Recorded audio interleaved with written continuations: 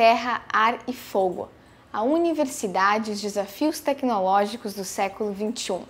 Foi a conferência ministrada pela professora do Instituto de Física da URGS, Márcia Barbosa. Ela retrata a questão da busca de alternativas para produzir energia através da água, diminuindo os impactos ambientais no planeta. Além disso, ela fala sobre o seu grupo de pesquisa, que trabalha na criação de mecanismos para a limpeza da água, que é constantemente sujada nos processos de industrialização. Confira! Nós estamos emitindo cerca de 6 bilhões de toneladas de CO2 por ano e 80% disso é da queima de combustíveis fósseis, ou seja, queima de petróleo desacerbada. Mas mais grave que isso é que 25% da população é que é culpada disso. Isso me deixa enlouquecida. Não é todo mundo que gasta isso, é 25% da população. Só que a população que gasta isso está crescendo. A China entrou no mundo industrializado e eles também querem gastar. E nós também queremos gastar. Nós queremos energia. Nós temos direito de ter energia para desenvolver o Brasil. Os chineses têm direito de ter energia para desenvolver a China. Então, como é que a gente vai fazer? A gente tem que buscar novas formas de energia. Só para dar uma ideia desse crescimento, aqui tem um gráfico onde vocês olham o vermelhinho, o crescimento da Ásia nos últimos anos. Isso não vai parar aí. Você já olha aquele verdinho lá do outro lado, os Estados Unidos ainda é o campeão de uso de energia, mas a China está ali do lado. Só que assim, a China, pelo gráfico ali, está crescendo. Ela vai passar os Estados Unidos. Infelizmente, nós ainda somos aquele fininho verde ali, que não está crescendo tanto, mas o mundo está crescendo. Qual foi a ideia que o Durão, Sérgio Ribeiro Teixeira, teve?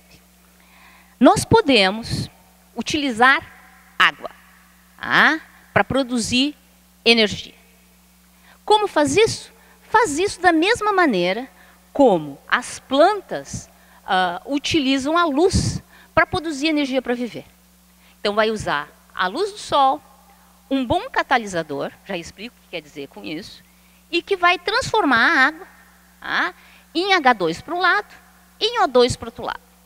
E o H2 armazenado é energia armazenada, energia de hidrogênio. Qual é o truque? O truque é o bom catalisador, que obviamente eu não vou dizer qual é, porque esse é o truque deles. O catalisador quem é? Catalisador é aquela pessoa que entra para não fazer nada e faz tudo. O catalisador recebe energia, sai do seu estado fundamental, joga para fora e volta para o seu estado anterior. Ou seja, ela voltou para o mesmo lugar onde estava. Qual o subproduto disso? Duas coisas, H2 e O2. Normalmente eles vão precisar de um segundo fulano que vai absorver esse O2. Então ele precisa de um catalisador para fazer o pulo e voltar para o mesmo lugar, e precisa de um outro material para absorver o oxigênio que sai, o que não é grande problema, porque o oxigênio não é um gás ruim, é um gás bom. E se armazena o hidrogênio para produzir energia, e é uma energia limpa.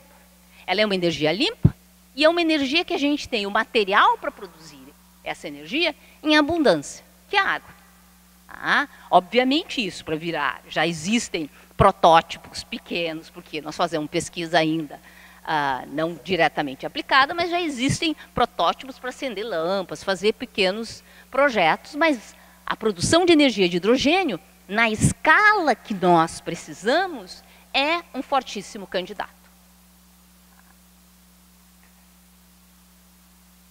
Aqui só para mostrar, vai produz o hidrogênio, e o hidrogênio a gente usa como energia.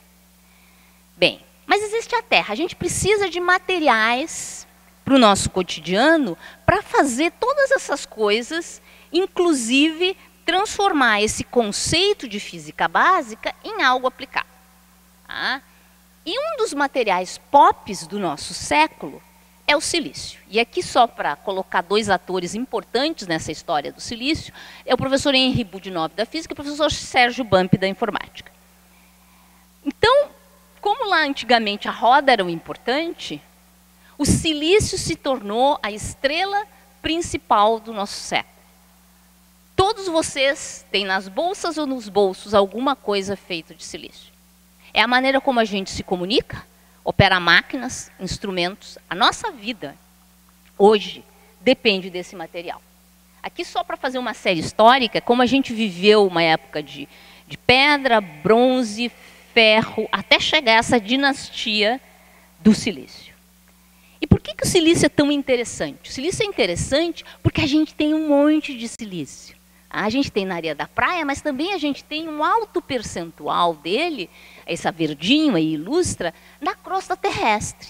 Pertinho, não precisa ir lá no pré-sal para pegar ele, não. Ele está pertinho, ou seja, um material abundante. Ele é um material abundante e que tem propriedades exóticas que permitem que a gente transforme esse material usando uma propriedade de ser semicondutor. Qual é o problema? Tá? Por que o Brasil não está produzindo chips e semicondutores assim como a gente consegue produzir água engarrafada? Porque, na verdade, a produção do chip envolve um conjunto de conhecimentos que é complexo. Eu não estou falando complicado. Complicado é quando uma coisa é difícil. Complexo é quando ela envolve várias coisas ao mesmo tempo. Envolve conhecer estado sólido, envolve conhecer termodinâmica, envolve conhecer química, envolve conhecer informática, envolve conhecer eletrônica. É como se para produzir isso tivesse que ter ao mesmo tempo, na cabeça de uma pessoa, um engenheiro, um físico, um químico e uma pessoa de informática. É complexo. Obviamente, os países que conseguiram desenvolver essa tecnologia é porque tinham muitas pessoas formadas, preparadas para isso. Vou dar um exemplo. A empresa Texas Instruments tem 500 doutores em microeletrônica. 500. O Brasil não tem 500 doutores em microeletrônica. Então, quando nós esperamos que o Brasil, agorinha mesmo, produza dispositivos semicondutores, a nossa esperança está sendo ousada demais.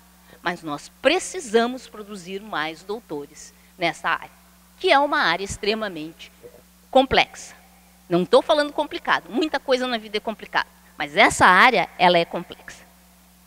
E aqui, só para dar um exemplo dessa complexidade, eu estou trazendo um dos diagramas produzido pelo professor Bump, em que isso é um desenho, tá? Onde cada pontinho é um chip. O desenhar isso já é uma coisa complicada. E para ter cada tarefa que um equipamento tem, tu tem que ter vários desses desenhos. É como ser um arquiteto, em que cada tijolinho é um chip. O professor Bump é um arquiteto. Ele desenha esse tipo de dispositivos. Ao mesmo tempo que o professor Henry Bourdieu é um oleiro. Ele vai ficar muito bravo comigo se eu dizendo isso, mas ele produz o tijolo. Mas o tijolo que vocês estão vendo é aquela coisinha pequenininha, que era cada um daqueles pontinhos que vocês viam lá. A própria produção, controle e fazê-lo pequeno é quase uma arte. Aí eu fico muito braba, mas muito braba mesmo, quando vejo na imprensa, quando vejo de alguns colegas falando mal da CEITEC. A CEITEC é, no Brasil, a empresa que está fazendo o tijolo. Quando chegou a outra empresa, a HT Micro, disseram, não, tem que fechar a CEITEC, chegou a HT Micro. A HT Micro não faz tijolo, gente. Ela é o arquiteto. Ela produz as estruturas. Ela traz o tijolo da Coreia para produzir os circuitos. O que é maravilhoso, porque eu já disse para vocês, produzir o circuito é difícil, produzir o tijolo é difícil. Nós temos que produzir as duas coisas. Mas não com duas empresas, com um monte de empresas.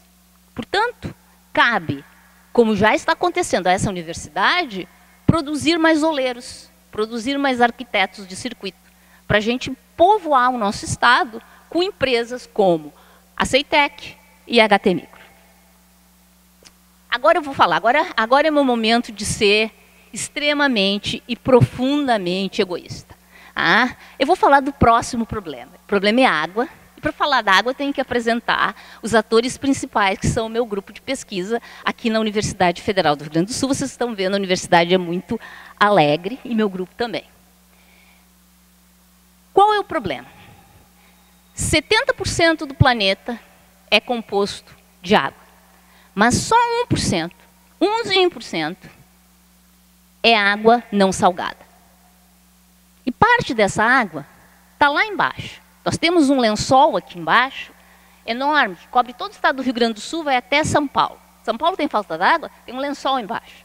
Só que ela é água misturada com barro, mas é água. Hoje em dia, somente 1 de cada 6 pessoas não tem acesso à água limpa. E eu não estou falando potável, limpa, que não tenha sal. Olhem para o lado. Todo mundo olha para o lado, por favor. Em 2050, que obviamente todos estaremos vivos, um de vocês dois não vai ter água. Um de vocês dois vai ter falta de acesso à água. Isso é sério, porque nós estamos constantemente sujando a água que a gente tem, com uma industrialização que é maravilhosa, mas a gente suja a água, e não estamos achando formas otimizadas para limpar a água. Então vamos ter que buscar processos para limpar a água. E é isso que o meu grupo faz, processos para limpar a água. Mas para poder limpar a água, eu tenho que entender a água. E a água é esquisita, gente. Ela é muito esquisita. Ela não é normalzinha, que você, mas está ali, minha mãe sempre diz, Márcia, tudo da água, a gente já sabe tudo da água, está ali na torneira, abre, ela sai, a gente bebe, cozinha, já sabe tudo sobre água. Na verdade, não. E aqui só para mostrar uma das coisas, ela tem 70 coisas esquisitas. Ou seja, se eu fosse publicar um artigo para cada coisa esquisita, eu já tinha a minha vida ganha por vários anos aqui na URGS. E garantia minha bolsa de produtividade. Tá? Só falando das coisas esquisitas da água. Vou mostrar uma para vocês. A maior parte dos materiais, quando tu esfria, ele contrai. Tá? Quem no colégio não lembra aquela história dos trilhos, que tu põe um trilho longe do outro, porque quando tu aquece... A água faz assim quando tu esfria. Pá, pá, pá. Ela estica. Ela cresce em volume.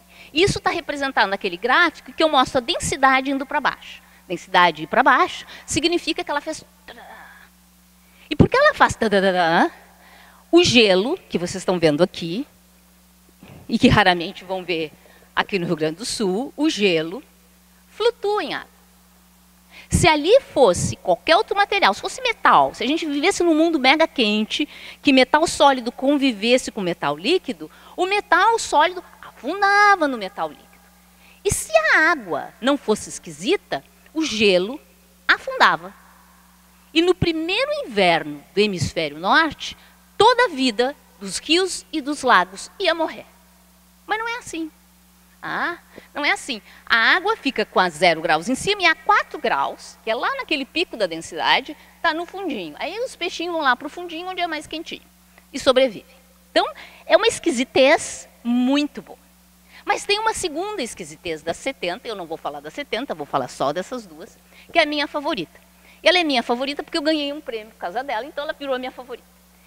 E é o seguinte, a água anda mais depressa quando está mais denso. Isso que eu estou falando. Põe mais partículas e ela anda mais depressa. Imagina o trânsito de Porto Alegre. Mais carro, mais depressa o carro andava. É uma maravilha. O que a gente descobriu? A gente descobriu como é que ela faz isso. E é muito interessante a maneira como ela faz isso. A água, que eu estou representando ali o oxigênio com vermelhinhos, os hidrogênios, com os branquinhos, ela gosta de fazer uma coisa chamada ligação de hidrogênio. O que é isso? O oxigênio é meio gordinho, ele puxa para ele os elétrons. Os elétrons são meus. E aí os hidrogênios ficam lá, meio sem elétron, meio assim, triste da vida. O que acontece com a molécula do lado? O oxigênio do lado, que está cheio de elétron, fica jogando voleibol. Joga o elétron, joga de volta, joga o elétron, joga de volta, e polariza, formando essas estruturas lindas que são aqui, de ligação de hidrogênio. Estão vendo? Ligação de hidrogênio é como jogar voleibol com uma criança. Tu não pode ficar muito perto, tu não pode ficar muito longe. Tem uma distância certinha para tu ficar. Então, quando tu esfria a água, ela quer formar todas as ligações de hidrogênio, porque a energia dela é favorecida com isso. Então, por isso que quando tu esfria a água, ela... formei minha ligação de hidrogênio. Aqueci a água e eu consigo romper alguma daquelas ligações de hidrogênio e aí consegue empacotar mais a água. Eu gosto de dizer que ligação de hidrogênio é mais ou menos como flertar.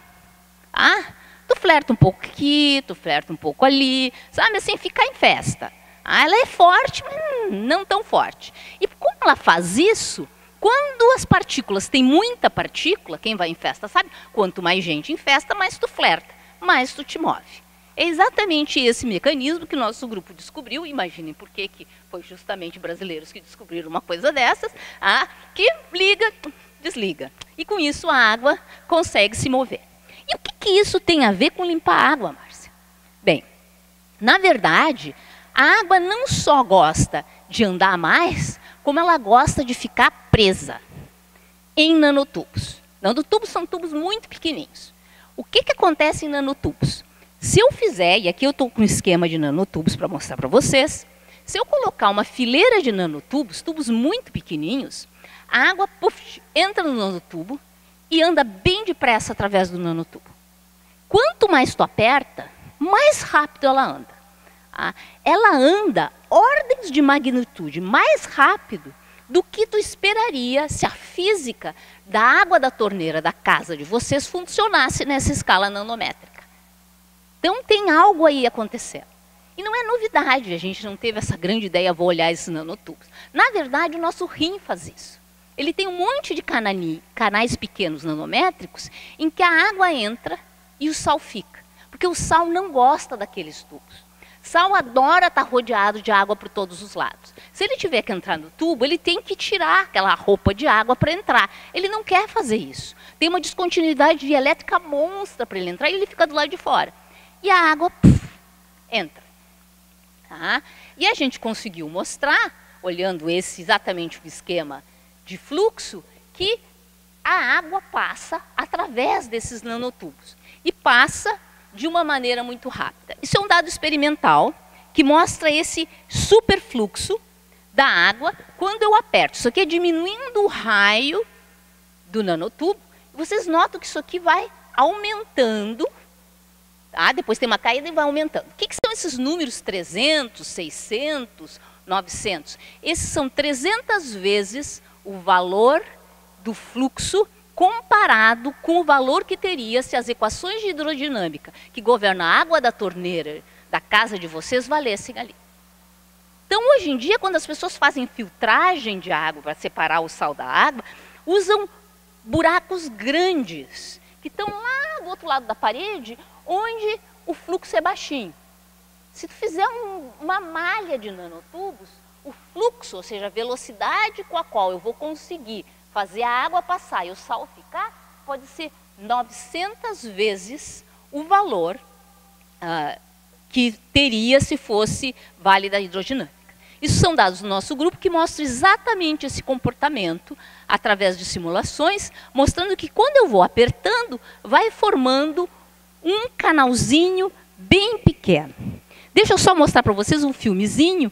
A água, quando fica nesses nanotubos que são muito pequenos, ela se alinha. Ela quebra as ligações de hidrogênio laterais e ela flui. Da mesma maneira, quando tu pões um tubo dentro de um outro tubo e tu consegue fazer o tubo deslizar com velocidade, a água no nanotubo, por não ter essas ligações laterais, ela anda mais rápido.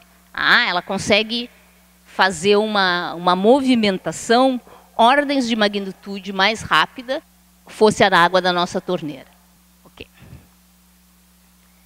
Mas e se não tiver água salgada perto da minha casa? Como é que eu vou... Entende? Como é que eu vou obter água potável se eu estiver morando no meio do deserto? Ou se eu estiver num lugar, tipo Minas Gerais, lá no interiorzão? Como é que eu vou obter água potável? Esse é o próximo desafio do meu grupo. De noite eu fico fazendo nada em casa, porque eu não tenho família, então eu fico navegando na internet. E eu vendo coisa, bobagem, nem a gente fica vendo, bobagem. E uma das bobagens que eu gosto de ver são animais exóticos. Existe esse inseto que vive no deserto da Namíbia, que ele é muito engraçado. Ele captura água do ar no deserto. Porque de manhã cedo no deserto, fica muito frio de noite, de manhã cedo tem muito vapor d'água, tipo assim, inverno em Porto Alegre, sabe? Aquela coisinha cheia de água no ar. Ele tem nas costas, e vocês veem que ele fica inclinado assim, eu não vou fazer isso porque vai ficar meio obsceno, mas ele fica inclinado assim, e a parte de cima, assim, essa parte que era de baixo virou de cima, vocês estão entendendo? ela é coberta por uma película que adora a água. A gente chama de hidrofílica. Ela tem essa película hidrofílica que adora, puxa a água. Aí ele puxa a água do ar. O resto das costas é hidrofóbica, tipo assim, aquele material que vocês colocam no sofá da casa de vocês, para quando derramar um copo de vinho não sujar todo o sofá, ou se não colocar, não deveriam colocar, uma película hidrofóbica. O resto das costas é hidrofóbica. Então ela vai escorrendo com a gravidade até a boca do bichinho que pega a água. Obviamente eu não vou desenhar um bichinho, mas o nosso projeto é desenhar um tubo. Em que a parte superior, um tubo grande, em que a parte superior seja hidrofílica, a parte inferior seja hidrofóbica, e eu coloque, em vez da gravidade, um setor de sucção. Usando o que eu aprendi antes, nanotubos. Eu vou usar nanotubos para a água fluir rapidamente e usar o fato que o nanotubo favorece o fluxo da água, combinado com hidrofóbico e hidrofílico. Mas se vocês quiserem mais detalhes sobre isso, vocês vão ter que acompanhar as nossas publicações. Obrigada.